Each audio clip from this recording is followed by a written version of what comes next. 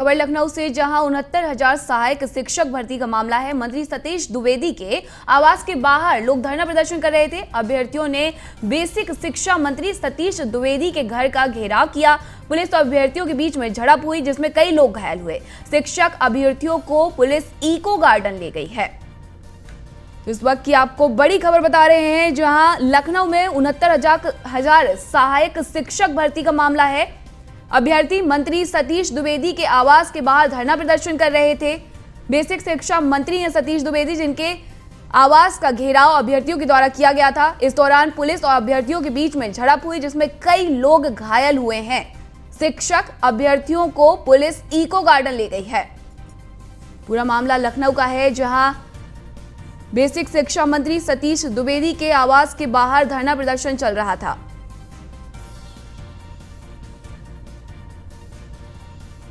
और अधिक जानकारी के लिए रुक कर लेते हैं हमारे संवाददाता नीलेश का, जो कि लखनऊ में ही हमारे साथ लाइव जुड़ गए हैं। नीलेश, मंत्री के आवास के बाहर जो अभ्यर्थी धरना प्रदर्शन कर रहे थे, उन्हें पुलिस अपने साथ ले गई है, क्या कुछ हुआ? देखिए, बिल्कुल आपको बता दें कि पिछले 3 महीनों का समय गुजर गया है। लगातार 69,000 शिक्षक भर्ती से जुड़े हुए जो अभ्यर्थी है वो राजधानी में डेरा डाले हुए हैं। अभ्यर्थियों का कहना है कि जो भर्ती प्रक्रिया पूरी की गई उसमें आरक्षण को ठीक करके लागू नहीं किया गया है, उनको अभी तक नियुक्ति नहीं मिल पाई है। वहीं सरकार की तरफ से दलील पेश की गई थी कि जो भर्ती प्रक्रिया है पूरी तरीके से निष्पक्ष और आरक्षण का पूरी तरीके से लाभ देते अभ्यर्थियों को भर्ती प्रक्रिया को पूरा किया गया है। लेकिन शिक्षक भर्ती से जुड़े हुए जो अभ्यर्थी है, 69,000 शिक्षक से भर्ती से जुड़े हुए, वो लगातार राजधानी के अलग अलग जगहों पर निरंतर धरना प्रदर्शन कर रहे हैं। आज की अगर बात की जाए तो बेसिक शिक्षा मंत्री सतीश द्विवेदी के आवास का घेराव करने का प्रयास 69,000 शिक्षक भर्ती से जुड़े हुए अभ्यर्थियों के द्वारा किया गया, जहां पर पुलिस पहले से ही मौजूद थी। पुलिस ने अभ्यर्थियों को रोकने का प्रयास किया। इस दौरान पुलिस और अभ्यर्थियों के बीच में झड़प हुई और झड़प होने के बाद अभ्यर्थियों को हिरासत में लेकर इको गार्डन भेजा गया है। तो निरंतर अलग अलग जगहों पर, चाहे बेसिक शिक्षा मंत्री का आवास हो या फिर बीजेपी कार्यालय हो, विधानसभा हो, हजरतगंज चौराहा हो या फिर जो SCRT का कार्यालय, वहां आप लगातार शिक्षक भर्ती के अभ्यर्थियों का प्रदर्शन का दौर चल रहा है। इससे पहले देखा गया था कि अभ्यर्थी पानी की टंकी पर चढ़ गए थे और कई दिनों तक पानी की टंकी पर चढ़े रहे। अभ्यर्थियों का कहना है कि सरकार ने उनकी जो आरक्षण नीति है वो ठीक ढंग से लागू नहीं की है, इस वजह से उनको नियुक्ति नहीं मिली है। लेकिन बेसिक शिक्षा मंत्री का कहना है कि भर्ती प्रक्रिया में पूरी तरीके से आरक्षण का पालन किया गया, आरक्षण के नियमों को लगाया गया है। उसके बावजूद भी बेबिमिया तरीके से अभ्यर्थी जो है भर्ती प्रक्रिया को पूरा कराना चाहते हैं। अब देखना होगा कि कब तक और ऐसे ही राजधानी के सड़कों पर, राजधानी के अलग अलग चौराहों पर भी VIP जगहों पर जाकर अभ्यर्थी प्रदर्शन करते रहेंगे। लगातार अभ्यर्थियों और पुलिस के बीच झड़प का दौर राजधानी में देखा जा रहा है, चाहे हम कल की बात करें, आज की कर ले या पिछले एक सप्ताह की कर ले। तो निरंतर पुलिस और अभ्यर्थियों के बीच तीखी नोकझोंक भी देखी जाती है, क्योंकि पुलिस के ऊपर एक दबाव ये भी है कि राजधानी में धारा 144 लागू है, उसका भी पालन कराना जरूरी है। उसके अलावा अगर हम विधानसभा के आसपास के क्षेत्र की बात करें या मंत्री के आवास के आसपास के क्षेत्र की बात करें, तो वहां पर पहले से ही सुरक्षा व्यवस्था के पुख्ता इंतजाम किए गए हैं, ताकि वहां पर कोई इस तरीके का प्रदर्शन ना हो सके। बहुत बहुत शुक्रिया नीलेश आपका तमाम जानकारी के लिए। और रुक करते मुजफ्फरनगर का, जहां नगर पालिका अध्यक्ष के आवास पर हंगामा प्रदर्शन कर रहे सफाई कर्मचारियों के साथ आवास पर मारपीट की गई है। नगर पालिका चेयरमैन के समर्थकों पर मारपीट का आरोप लगा है। प्रदर्शन कर रहे लोगों से आवास पर नोक-झोंक और मारपीट हुई है। तो मुजफ्फरनगर से ये खबर आपको दिखा रहे हैं, जहां नगर पालिका अध्यक्ष के आवास पर सफाई कर्मचारी प्रदर्शन कर रहे थे। वहीं प्रदर्शन कर रहे सफाई कर्मचारियों के साथ उनके आवास पर मारपीट की गई। नगर पालिका चेयरमैन के समर्थकों पर मारपीट का आरोप लगा है। प्रदर्शन कर रहे लोगों से आवास पर नोकझोंक हुई, जिसके बाद मारपीट की गई है। और मारपीट का जो आरोप है वो नगर पालिका चेयरमैन के समर्थकों पर लगा है।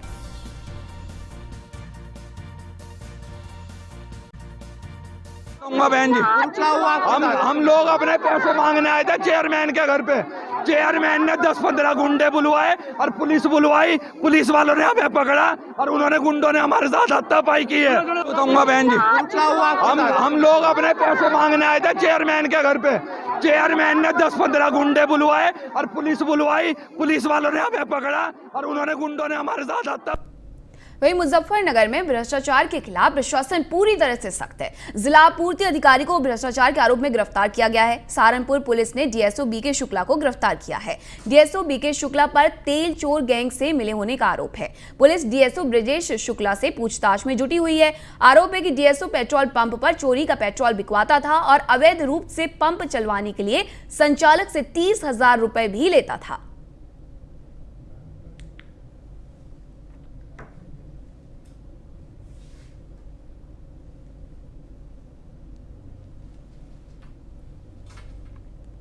और अब खबर बलिया से, जहां सुरी में सपा प्रवक्ता राजीव राय के पैतृक गांव के घर में सन्नाटा पसरा हुआ है। घर के दरवाजे पर ताला जड़ा हुआ है, घर पर कोई नहीं है। ग्रामीणों ने राजीव राय के कई ठिकानों पर आईटी की छापेमारी पर कहा कि सब राजनीतिक द्वेष के चलते किया जा रहा है।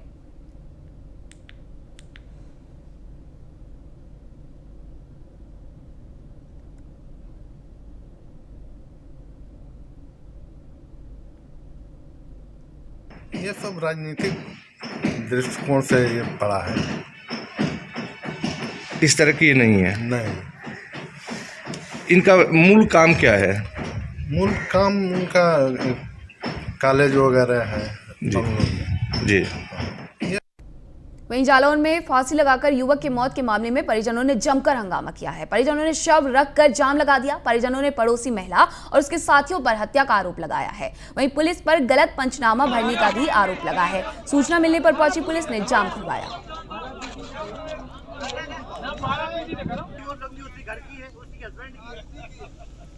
देखो भैया, ये साफ साफ कह दे रहे हैं, उस मिट्टी को हम तब तक नहीं जलाएंगे, हमें साफ साफ इंसाफ नहीं मिल जाएगा। भले हम इस मिट्टी बात है, ऐसी कोई परिस्थितियां नहीं। अगर किसी को जानबूझकर मारा जाए, सोचो यार वो क्या सोच रहा होगा कि हम मरना नहीं है। जाम हटाना, यहाँ पे खड़े कौन आदमी चाहता है कि ये जाम हट जाए? वो तो वहीं कौशाम्बी में बड़ा हादसा हुआ है। दरअसल सवारियों से भरी हुई बस अनियंत्रित होकर पलट गई है, जिसमें लगभग 1 दर्जन यात्री घायल हुए हैं। आपको बता दें कि करारी से प्रयागराज ये बस जा रही थी। वहीं घायलों को जिला अस्पताल में भर्ती कराया गया है।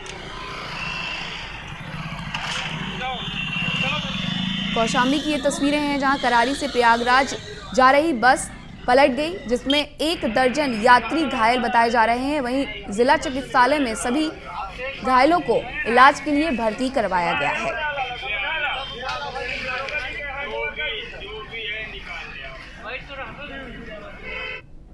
दरअसल सामुदायिक स्वास्थ्य केंद्र सरायकेला में सुबह तकरीबन 9:05 पे 8 लोग जो है इंजर्ड अवस्था में लाए गए थे, जिनमें से हम लोगों ने प्राथमिक उपचार किया इनका, और उसके बाद ये 5 मरीजों को हम लोगों ने प्राथमिक उपचार।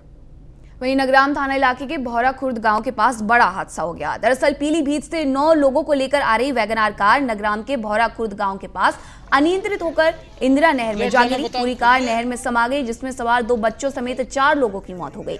स्थानीय गोताखोरों ने काफी मशक्कत कर ड्राइवर और 4 साल के बच्चे और उसके पिता को जीवित निकाल लिया। वहीं 4 साल की अनन्या और उसके सगे भाई का पता नहीं चल सका। मरने वालों में इन बच्चों की मां संगीता भी है। बताया जा रहा है कि कार में सवार सभी लोग लखनऊ के मोहनलालगंज आए हुए थे। फिलहाल पुलिस ने चारों शवों को पोस्टमार्टम के लिए भेज दिया है।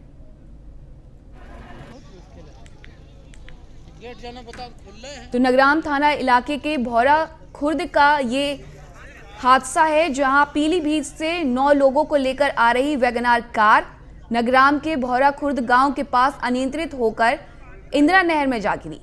पूरी कार नहर में समा गई, जिसमें सवार 2 बच्चों समेत 4 लोगों की मौत की भी खबर है। वहीं स्थानीय गोताखोरों ने काफी मशक्कत की, ड्राइवर और 4 साल के बच्चे और उसके पिता को जीवित भी निकाल लिया। हालांकि 4 साल की अनन्या और उसके भाई का अभी तक कुछ भी पता नहीं चल सका है। वहीं बताया जा रहा है कि मरने वालों में इन बच्चों की मां संगीता भी है। पीलीभीत के पास ये हादसा हुआ है। वहीं अलीगढ़ में कोचिंग जा रही 10 साल के बच्चे को कार ने रौंद दिया। हादसा सीसीटीवी में कैद हो गया। वहीं मौके से कार सवार भाग गया। वीडियो देखकर आप अंदाजा लगा सकते हैं कि कैसे कार बच्चे को रौंदते हुए आगे बढ़ गई। हादसे में बच्चे की मौत हो गई। फिलहाल पुलिस ने मामला दर्ज कर आगे की कार्रवाई शुरू कर दी है। बताया जा रहा है कि वीडियो 3 दिन पुराना है।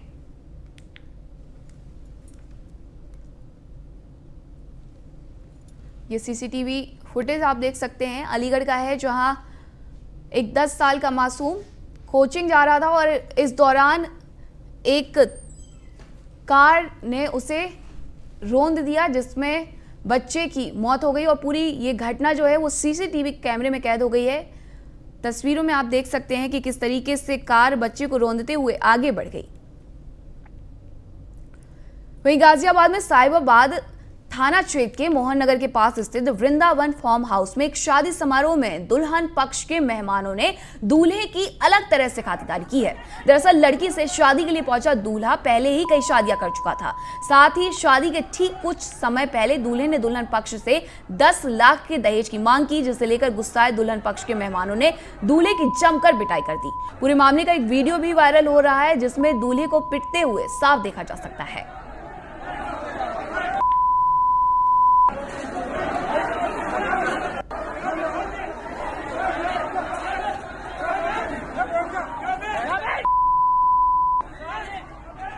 रुक करते हैं छत्तीसगढ़ का, जहां बेमेतरा में समर्थन मूल्य पर धान खरीदी 1 दिसंबर से शुरू हो गई है। जहां किसान अपनी खून पसीने की कमाई कर खेतों में धान की पैदावारी करते हैं। किसान अपने धान का समर्थन मूल्य पर बेचने के लिए धान उपार्जन केंद्र में लेकर जाते हैं। कई उपार्जन केंद्रों में धान के तौर में 40 किलो की जगह पर आधा से 1 किलो तक धान लिया जा रहा है, यानी सीधे तौर पर प्रति क्विंटल 2 किलो अतिरिक्त धान लिया जा रहा है। शिकायत के बाद भी जिम्मेदार अधिकारी हाथ पर हाथ धरे बैठे रहते हैं। वहीं ऐसा ही मामला देवरबीजा धान उपार्जन केंद्र का है, जो कि जिला मुख्यालय से 18 किलोमीटर दूर स्थित देवरबीजा उपार्जन केंद्र में किसानों को गुमराह कर उनसे अधिक धान लिया जा रहा है। बेमेतरा छत्तीसगढ़ अधिक धान तौलकर कमीशन खोरी कर रहा है।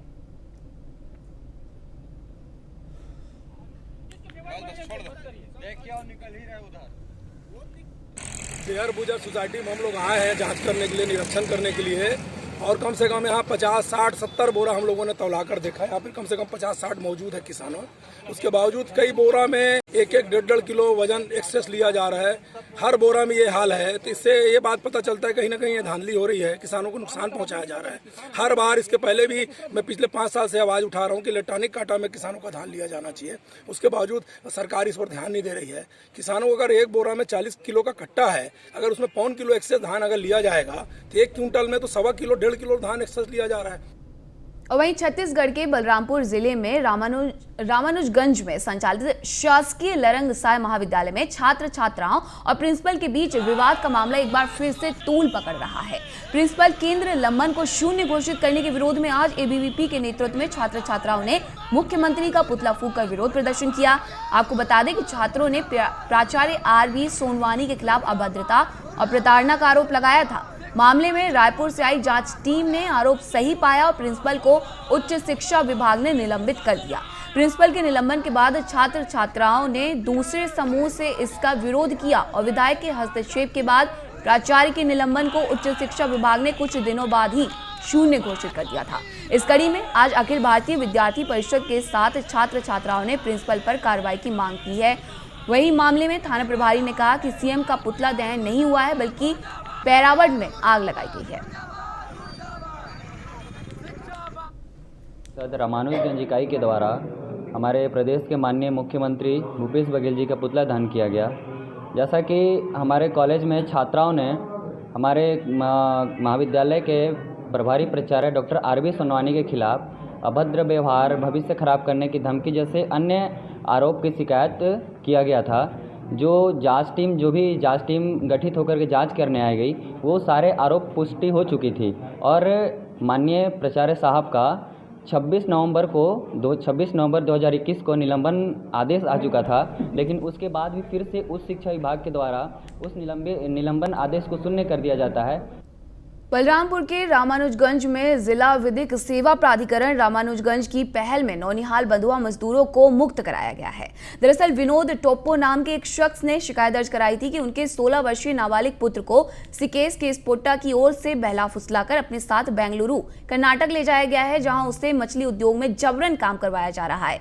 कुछ दिनों के बाद युवक भागकर मंगलूर पहुंचा, जहां किसी ने परिजनों को इसकी जानकारी दी। परिजनों ने तत्काल पूरी घटना की जानकारी चाइल्ड हेल्पलाइन नंबर को दी और फिर बाल कल्याण समिति की ओर से बच्चे को सुरक्षित बरामद कर लिया गया है। जिला न्यायाधीश और अध्यक्ष जिला विधिक सेवा प्राधिकरण सिराजुद्दीन कुरैशी के मार्गदर्शन में तत्काल कार्रवाई की गई।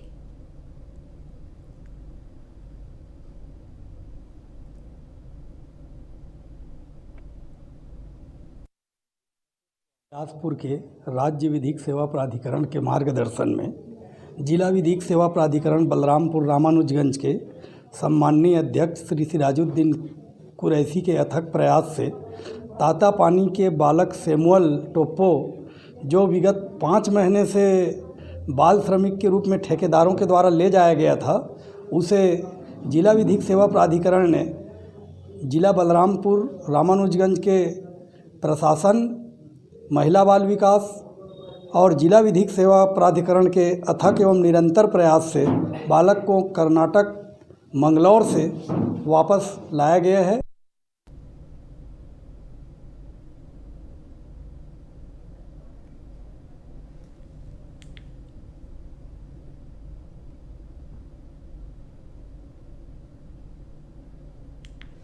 तो जिला विधिक सेवा प्राधिकरण ने पहल की है और बंधुआ मजदूर को मुक्त कराया है। आपको बता दें कि बलरामपुर छत्तीसगढ़ का पूरा ये मामला है, जहां एक बच्चे को बंधुआ मजदूर बनाया गया था।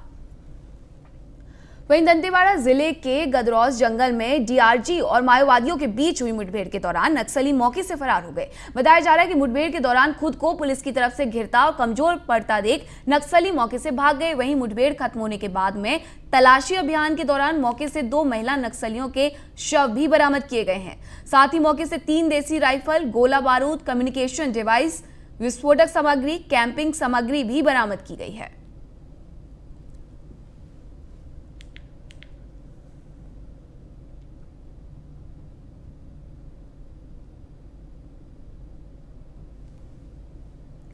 वहीं कोरबा जिले में समर्थन मूल्य पर धान खरीदी का कार्य प्रारंभ होने के साथ ही किसानों के खून पसीने की कमाई पर डाका डालने का गौरव धंधा भी शुरू हो गया है। कई क्रय केंद्रों में धान की तौल में 40 किलो 700 ग्राम की जगह 41 और 42.5 किलो तक धान लिया जा रहा है, यानी सीधे तौर पर प्रति बोरी 2 किलो अतिरिक्त धान लिया जा रहा है। शिकायत के बाद भी जिम्मेदार अधिकारी हाथ पर हाथ धरे बैठे हैं। वहीं इस मामले को लेकर अब राजनीति भी गर्मा गई है। मुख्यालय से दूर स्थित कमोवेश सभी क्रय केंद्रों में किसानों को गुमराह कर उनसे अधिक धान लिया जा रहा है। हरदी बाजार के इस धान क्रय केंद्र के संचालकों को कलेक्टर के निर्देशों की कार्रवाई की कोई परवाह नहीं है। इस फंड के जरिए किसानों की मेहनत पर डाका डाला जा रहा है। सरकारी नियम के तहत धान का कौल 40 किलो 700 ग्राम लिया जाना है, लेकिन इस फंड में 1.5 से 2 किलो अतिरिक्त धान लिया जा रहा है।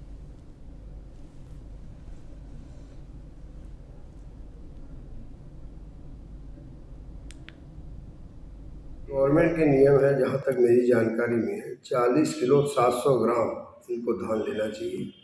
और इन लोग पहले से, किसान बेचारे ऑलरेडी इतने दबे रहते हैं, उनको पहले से बोल देते हैं भर भर के लाया करो, तो उन्होंने 1 या 2 बोरा उन लोग तौल लेते हैं। उसके बाद एवरेज से उनकी छलियों को उतार देते हैं।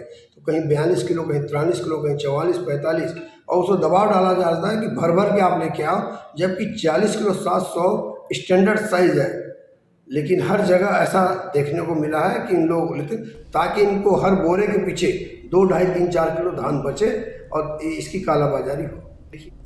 और खबर उत्तराखंड के बागेश्वर के गरुड़ से, जहां दिल्ली के डिप्टी सीएम मनीष सिसोदिया का उत्तराखंड दौरा है। बागेश्वर के गरुड़ पहुंचने पर मनीष सिसोदिया का भव्य स्वागत किया गया है। आप कार्यकर्ताओं ने उनका भव्य स्वागत किया है। आप प्रदेश प्रभारी दिनेश मोइनिया भी यहां मौजूद रहे। बागेश्वर विधानसभा प्रभारी बसंत कुमार भी उनके साथ मौजूद रहे। गरुड़ में मनीष सिसोदिया भी जनसभा को संबोधित किया है। आपको बता दें कि डिप्टी सीएम मनीष सिसोदिया 4 दिन के कुमाऊं दौरे पर पहुंचे हैं और इसी दौरे में वो बागेश्वर के गरुड़ पहुंचे हैं, जहां उन्होंने दौरा किया है, जनसभा को भी संबोधित किया है। इस दौरान उनके साथ विधानसभा प्रभारी बसंत कुमार भी मौजूद रहे।